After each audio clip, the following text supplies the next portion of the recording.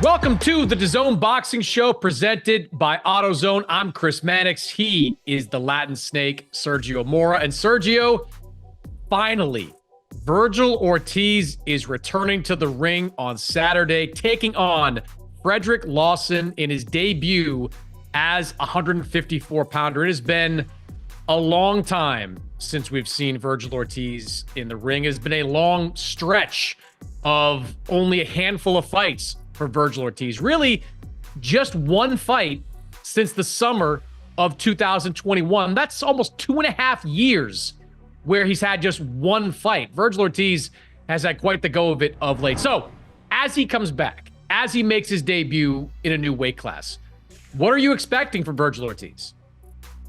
Well, he's going to have to fill out 154 nicely. I mean, he wasn't the most muscular guy at 147. He's one of these fighters, these power punchers that you can't see it in his body as far as muscles and definition. So I expect him to be a little softer at 154. He's not going to have he's going to have like a Fernando Vargas type body. You know, he's not going to look muscular minus that De La Hoya fight. So I think he carries his power nice. So I think the size is not going to be an issue. He's a big boy. He's at 5'11". He has long reach. So he definitely has the size and the dimensions of a junior middleweight. So I expect him to fill out nicely, especially him growing. I mean, he's a growing kid in his mid-20s. He's not even hitting his peak. I think he's going to be just fine going into this new weight division this time around.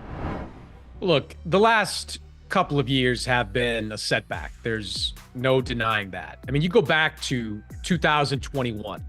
In the spring of 2021, Vergil Ortiz beat Maurice Hooker. That was a big win. Months later, he beats Egis Kavaliauskas. That's a big win. So he had some momentum at that point. We were talking about Vergil Ortiz going up against Terrence Crawford and being a realistic opponent for Terrence Crawford. All that is gone by the wayside. The health issues that he's dealt with have been significant. The weight issues, which may be intertwined with the health issues, have been significant. And now here we are at a new weight. Now, look, he's still going to be heavy-handed at 154. He's going to be aggressive. I'm going to need to wait and see for a few fights to see if he's the same kind of power puncher at junior middleweight as he was at welterweight. I mean, to your point, he'll fill into the frame well because he is a tallish guy, but I'll need to see how he holds up in these first few fights. If the aggression is the same, if the power is the same, before I can brand him as the same kind of contender that I thought he was at 147 pounds. So I think he's got a lot to prove, in this new weight class, coming back from this lengthy layoff. It's a lot for Vergil Ortiz to come back into. Fortunately for him, he is coming back with a familiar face in his corner. Robert Garcia is back as Vergil Ortiz's trainer. Now, Robert Garcia has officially only been gone from Vergil's camp for one fight, because Vergil's only had one fight since he officially left Robert after the Egis Kavaliauskas fight. Look, Vergil had a lot of success training with Robert, working with Robert. Do you like his decision to go back and work with Robert Garcia? Hands down, 100%. Yes, I think all of the success, well, I would say the majority of Vergil Ortiz's success has been with Robert Garcia in his corner. Robert Garcia not only is one of the best boxing trainers, but is a former champion. So he actually can speak on both sides. He was a fighter himself, a champion fighter and a championship trainer. That's the best voice. I mean, things haven't gone as well for Vergil Ortiz since he's left Robert Garcia. I mean, mind you, he went for another great trainer in the Southern California area, Manny Robles. Had no shame there. I mean, he started off with another great trainer, Joel Diaz. So he's had some of Southern California's best trainers in his corner, but none like Robert Garcia. I'm a big fan of Robert Garcia. I think he did an amazing job with Anthony Joshua, but that's another page.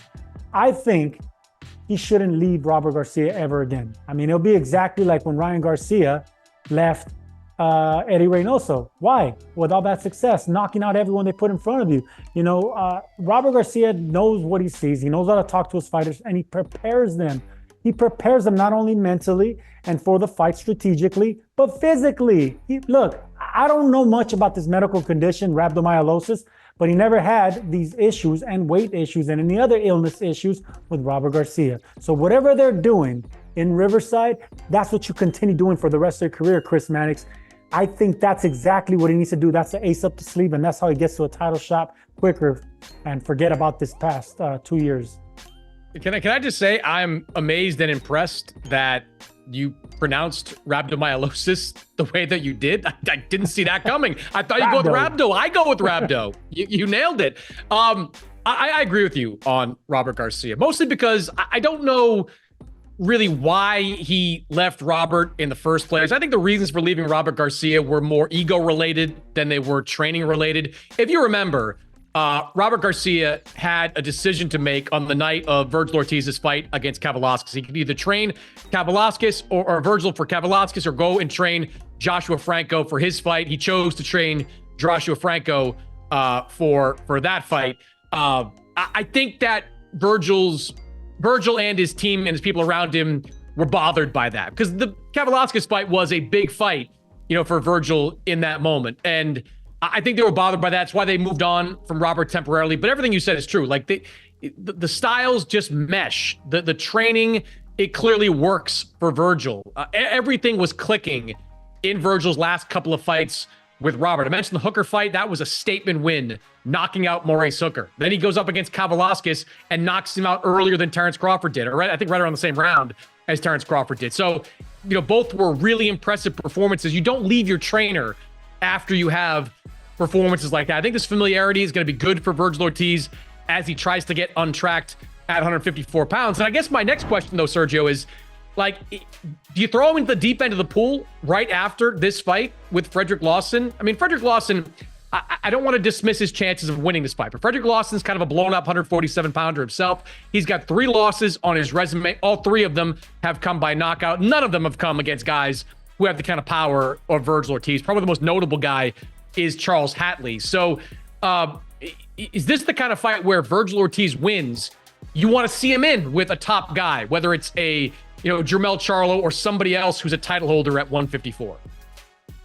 I would love to see him with a Charlo. Yeah, of course, Tim Tszyu. But I think more on the opposite side of the top 10 rankings. How about a Xander Reyes? Zayas, I'm sorry, Xander Zayas, the Puerto Rican. You get Rhabdo right, but you're getting Xander Zayas wrong. It's a Latino thing. We have a lot of names in common. But no, I would love that's the spectrum I would like to see him in. Of course, we want to see him in the top 5, but I think in the top 10 is where he's at. I think with Zayas, that's a perfect type of fight where we would like to see who comes out on top. You're talking about sink or swim. That's a sink or swim type fight in the deep end of the pool. Both these guys are ascending in the right direction. So yeah, that's the type of fight I would love to see. But after maybe 2 fights, let them get warmed up at junior middleweight. So this is a give me fight for Vergil Ortiz. We know and pretty much expect how it's going to go. But one more of these fights, and at the end of maybe next year, I would love to see him, a really tough fight, a championship type fight or an eliminator. Yeah, he'll be ready for that.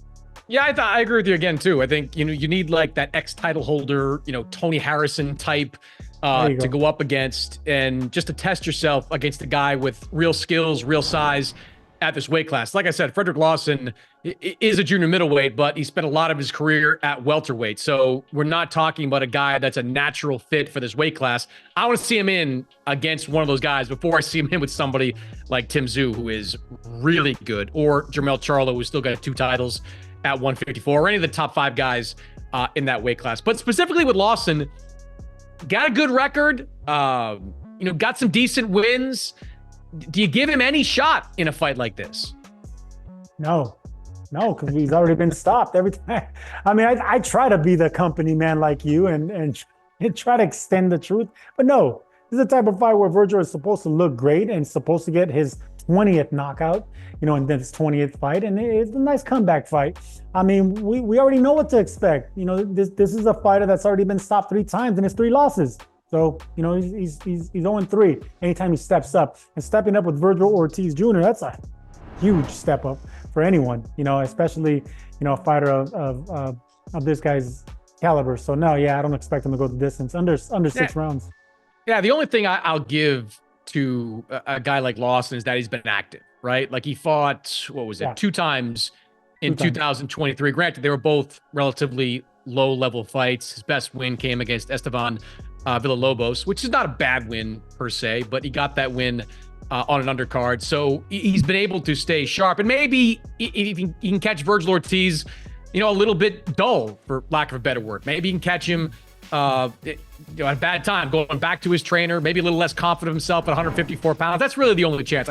He's got some knockouts on his resumes, a good knockout percentage, but I don't look at Lawson as being a power puncher. I think this is all about Ortiz. If Ortiz is sharp and close to his best, I think he gets a knockout, keeps that perfect knockout streak going against Lawson. If he's less than his best, maybe you give Lawson an outside chance of sneaking in a winning decision. But that to me is skeptical. Look, I'm just glad, Sergio, to see Vergil Ortiz back. He is one of the most exciting young fighters in all of boxing. I think boxing has missed him, whether it's at welterweight or junior middleweight. Having him back in boxing is good for boxing, and I'm glad we'll get to see him live and in action on Saturday.